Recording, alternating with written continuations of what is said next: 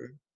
So this is Engineering Statistics and Linear Algebra 18 EC 44, Module 1, Lecture 1, Single Random Variable. We tried to discuss about some of the basic issues, that is what is a single random variable, and then we tried to take some examples of the same, and after that we tried to see some of the distributions, that is what is a cumulative distribution function.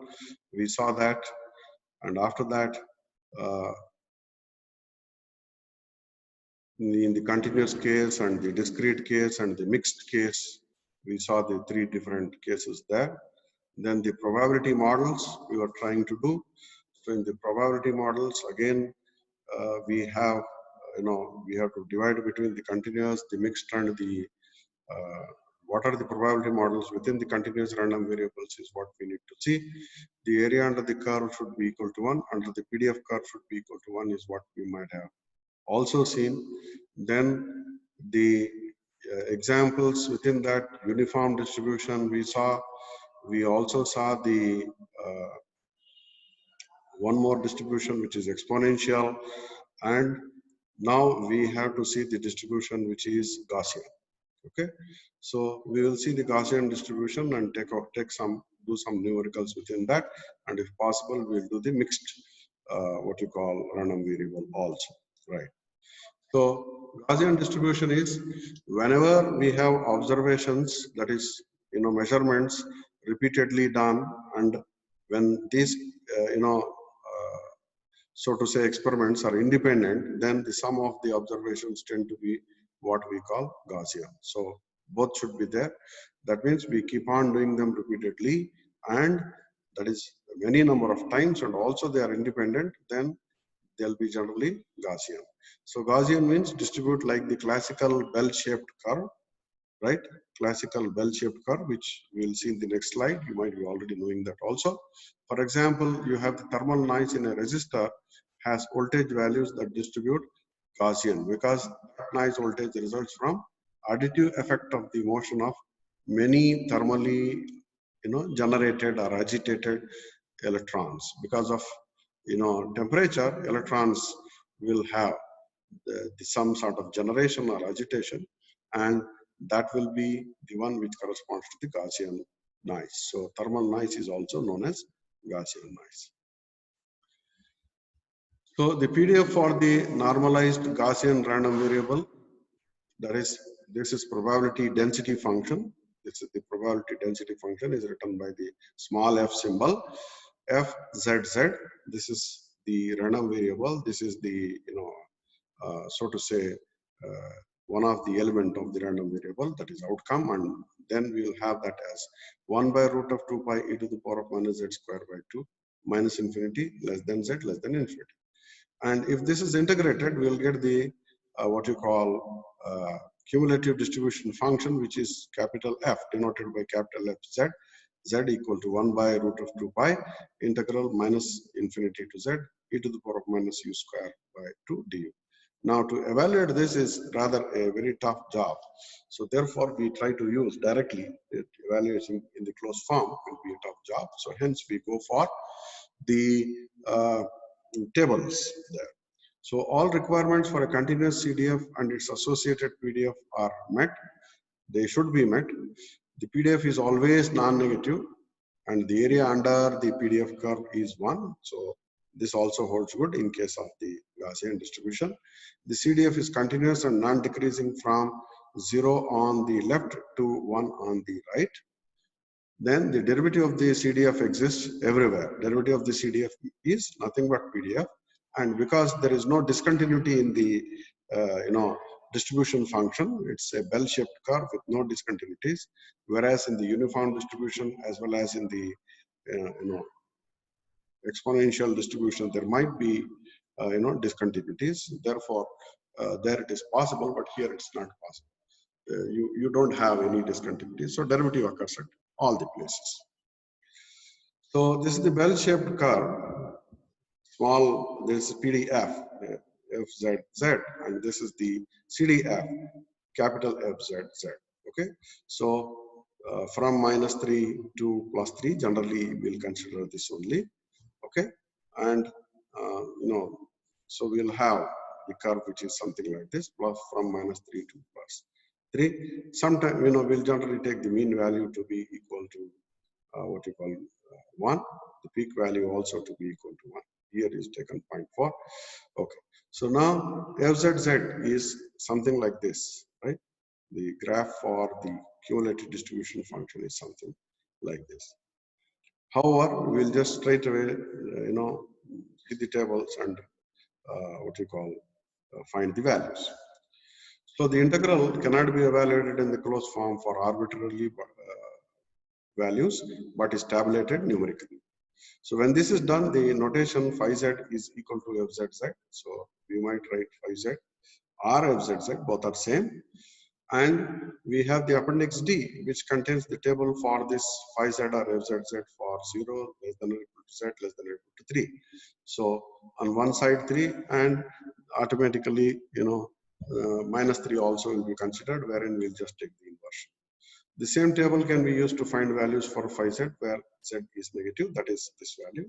So under that case, we see that the phi z is equal to 1 minus phi of minus z, or fzz is equal to 1 minus fz of minus z, or even other way around, fz of minus z is equal to 1 minus fz of z for values which are z less than 0. So equation this 2.24 is valid because normalized Gaussian PDF is symmetrical about 0. So you can see that the PDF is symmetrical in the graph. This is a symmetrical graph, and hence, we can just very easily find the what you call the equation. This is the equation for symmetricity. So then you can also write this, as I said, fz of minus z is equal to 1 minus fzz, which is same as 2.24. So let us take an example. Say if we have the value of z equal to 0.9347, find z from the table in the appendix D. So you can't have this 0.9347. It's not possible to have that. So what we do is we just try to see what is available to us. 0.9 is there. What you call 93 is this value. Is it 93? Okay, this value is 93. Right, we have here 93 value, 0.8238. 0.8238 is the value for the 9.93, but we want 9347. 94 is 0.8246. So in between them, so when we have the value in between them, then naturally we have to find out what is the value for 9347.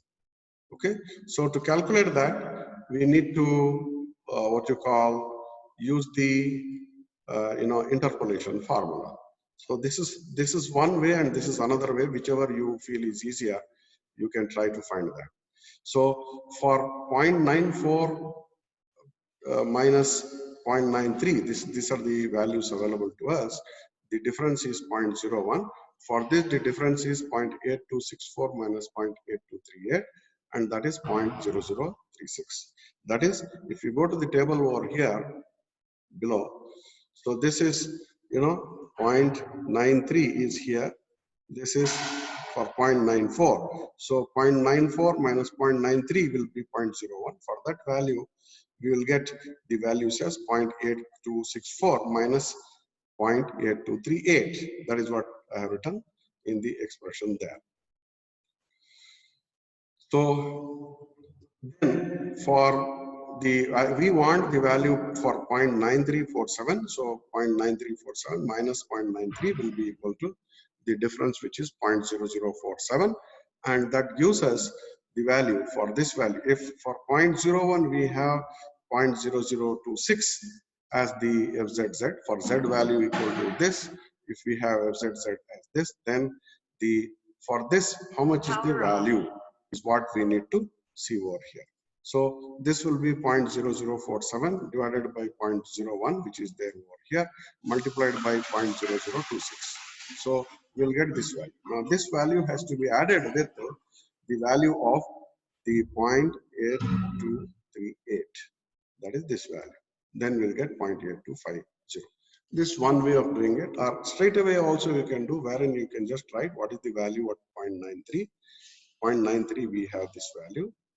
To that, for 0.93, we have 0.823. To that, we have to add a quantity which is 0.9347 minus 0.93. We want this, but what we have is 0.93. So therefore, we should subtract 0.93 from 0.9347, and then we have the values in the table 0.94 minus 0.93. So therefore, we write that in the denominator and multiply it by the value of the two differences which are available in the table, that is 0.8264 minus 0.8238.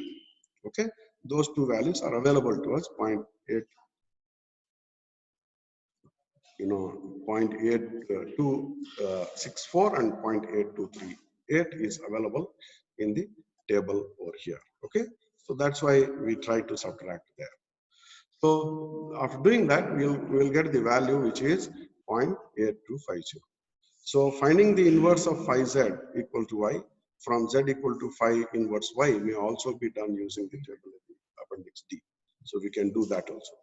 So suppose that we need to find z in the phi z equal to 0.666000. For this value of phi z, what is the value of phi z or fzz? What is the value of z which we want to find?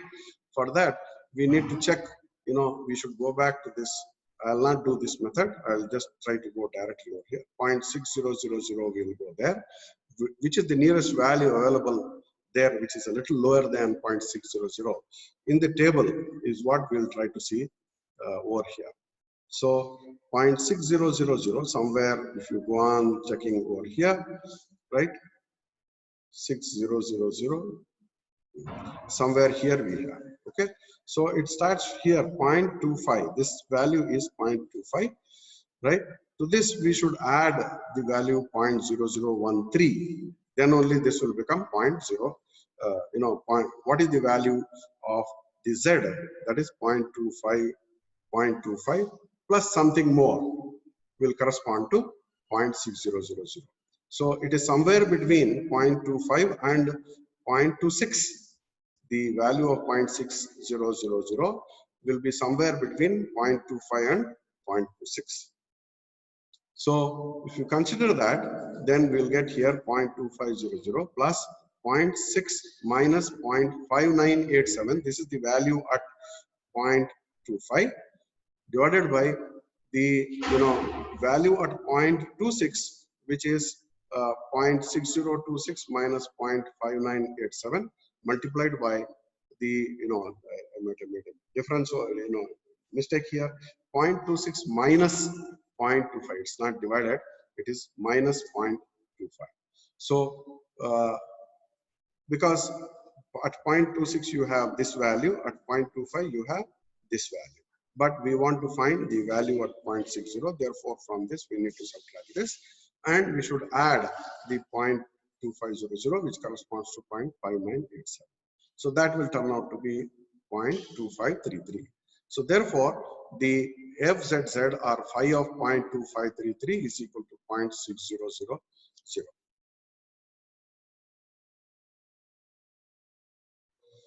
So this is one example. Disconnected.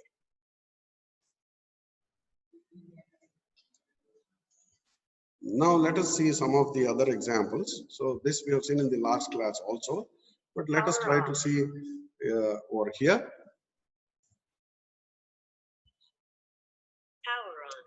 So the second question is the CDF for the random variable is given over here. We need to evaluate this value. So we have the formula where we have written this, right? P of x1 less than x less than or equal to x2 is equal to fx x2 minus fx x1.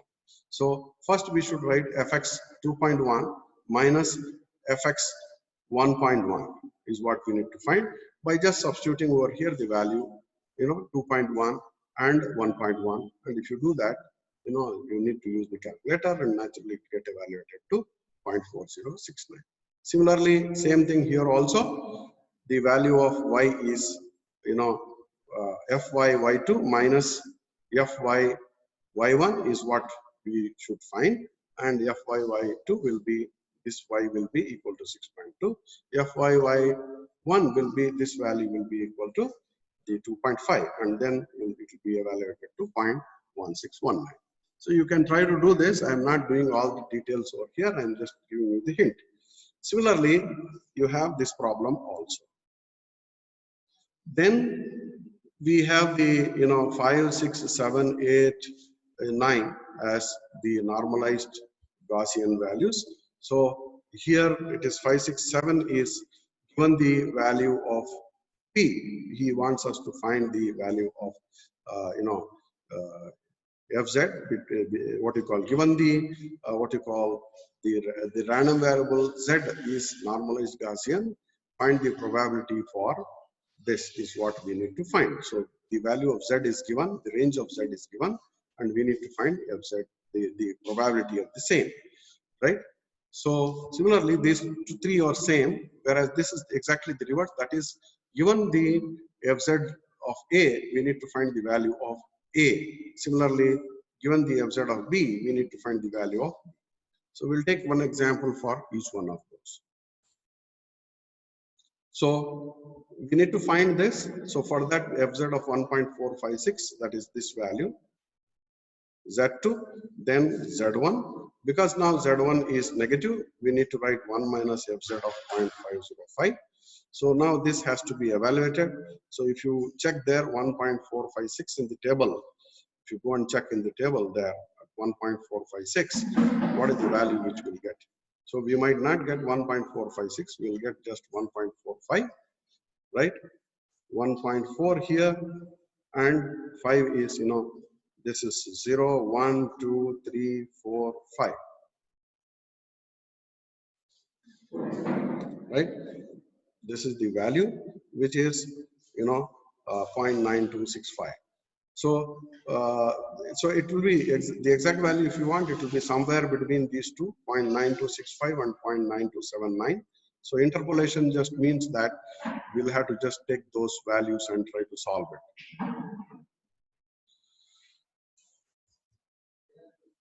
So the value which we'll get here is 0.9265 plus this is what we need to find out. So 1.456 minus 1.45 value, that is 1.4 for 1.45 we have this value.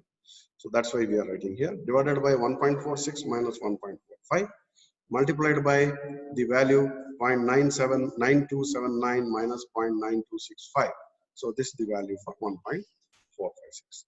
Whereas for 0.505, we'll get directly this value, which is 0.7088. So whatever value we get, you can write there and just subtract that and try to write it here. So again, for 0.505, you just need to go back and check what is the value from the table.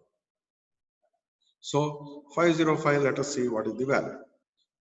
So 505, where is 5? This is 50. 50 is this value. Okay, so 505 is between what you call this value and this value. So it should be taken somewhere between these two. So exactly in the middle of these two, it will be there, 0.50 and 0.51, 505. So you can try to find out the value over here. It will be 0.69. 35 is there, so 35 means 17. So this might give 0.6932. 0.6932 will be the value there. I might have written wrongly there. Just check it up.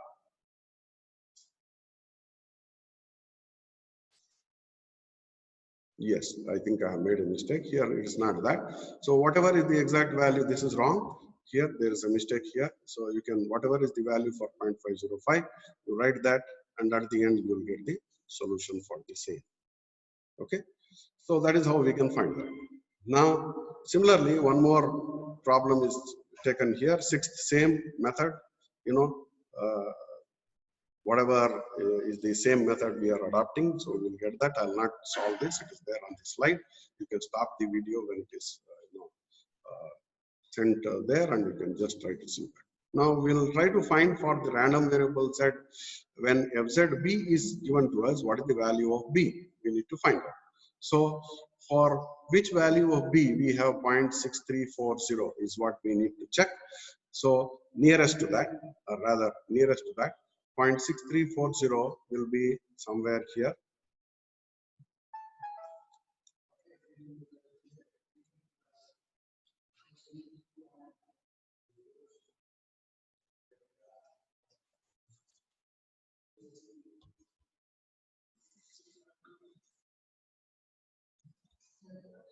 Point 6340 is somewhere here, so we can take that. Yes, it is between these two, so it is more than this value 0.34 but less than 0.35. How much more it is, you can find it by using interpolation. So 0.34 plus something, and what that something is what I have written there. So same way, no difference at all. Okay, that is, again, it is just the same method we need to adapt to find out the value of the what you call B or A, whatever it is, which is the argument of fz, right? So it is 0.6340, this is the value at which I need to find, minus 0.6331, this is the value at 0.34, then this is the value at 0.35, minus this is the value at 0.34, and that 35 and 34 should be subtracted. So we'll get 0.34243 exactly, might be the answer in the book. You might have given as 0.3424. So this is the way we can find out the value. Then you have the Laplace random variable model is given in the appendix A. So this is there in, if I go to this over here, this is the Laplace equation fzz, fzz or fxx. So using this formula, you need to substitute the value of the B, the value of X, whatever is given to us, and then try to solve the, so we need to just substitute and find the value, right? So if you go here, right, what is given to us is B equal to 2 and the value of X's are given in the range this and this. Formula is just the same, that is fz of z2 or fx of x2 minus fx of x1. So x1 is minus 0.37, x2 is 0.28. You just need to substitute in that formula with value of B equal to 2, and whatever result you get, that will be the one. Similarly, the Cauchy's random variable is given, for that the equation is there here. Similarly, we have another problem for Erlang also. Erlang and Cauchy is asked. So this is the Erlang formula for fzx, which is the third problem. The second problem is associated with the Cauchy's formula. So Cauchy's formula is this: fxx is equal to 1 by pi tan inverse of x by a plus half. A value is given, range of values of x is given. So for x2 and x1, whatever are the values, value of a, then use the calculator to find the value for this. And that is what we have, here in the Cauchy. Similarly for Erlang also. Okay, all these three can be done in the same. Now, then we have the PDF is described by C of x minus 6 for all values of x between 6 and 10. So for values between 6 and 10, the C of x minus 6 is, decided, that is the continuous value of C of x minus 6. And is 0 otherwise. Find the value of C must have and evaluate. So it is C into x minus 6. You need to write C into x minus 6 is the value. So if x is 6, then this value will be 0. So it might be when x is 7, this might be 1. When x is 8, this will be 2C. Similarly, so for 6 it is 0, for 7 it is 1C, for 8 it is 2C, for 9 it is 3C, for 10 it is 4C. You have to plot the PDF like that. So it will be a triangular function. Once you find the triangular function, right, then you need to find out the area under the curve. That is, integrate that triangular function. I hope you have done quite a lot of problems in signals and system with respect to that. If you are not done, I'll just make a PDF and send it, right? So I have not done it here, but I'll make a PDF and send it. Otherwise, you can always do. So it's a triangular function with a value 0 at 6 and 4c at 10, right? So using that, you can try to find out the what you call integrate it and find the value of c. Once you do that, once the value of c is found, then the only thing which you need to do is to evaluate the value of after integration, whatever expression you get, that will be for fzz. Then you can find out fzz in totality will be equal to 1, and you can use fx x2 minus fx greater than. If it is greater than, then only for values between 8 to 10 we need to find out the value of the probability area under the curve. From 8 to 10 is what we need to find out. You can put the integration limits as 8 to 10. First 6 to 10, that will become equal to 1. For 8 to 10, integration will become what will be the value is what we can find. Similarly, this and this. Okay, I hope you have followed that. If you have not followed, I'll make a video of that and send. Okay, so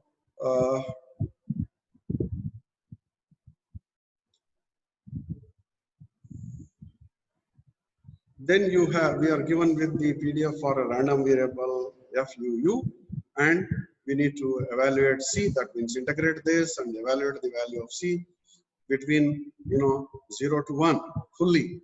0 otherwise means between 0 to 1. If you integrate this, you will get a value equal to 1. Find the value of C in that, and then what you call find FUU by considering only the expression. Okay, so again, FUU 0.5 will give you the value which is exactly at 0.5, right? Once the expression for the capital FU is got by integrating this from 0 to x, from 0 to x, you can try to find out by substituting x equal to 0.5. First, integrate this between 0 to x, find the expression, substitute x equal to 1, find the value of c, then later for the expression which you have got for 0 to x, which corresponds to the capital FU, put the value of x equal to 0.15. Okay, then you will get this value. So that is the way in which one can do this. Similarly, this also is just the same, right? So now we will go for the discrete random variable. I think we'll take a gap of 10 minutes. Then we will, go for the next class as soon. But please wait, don't go away.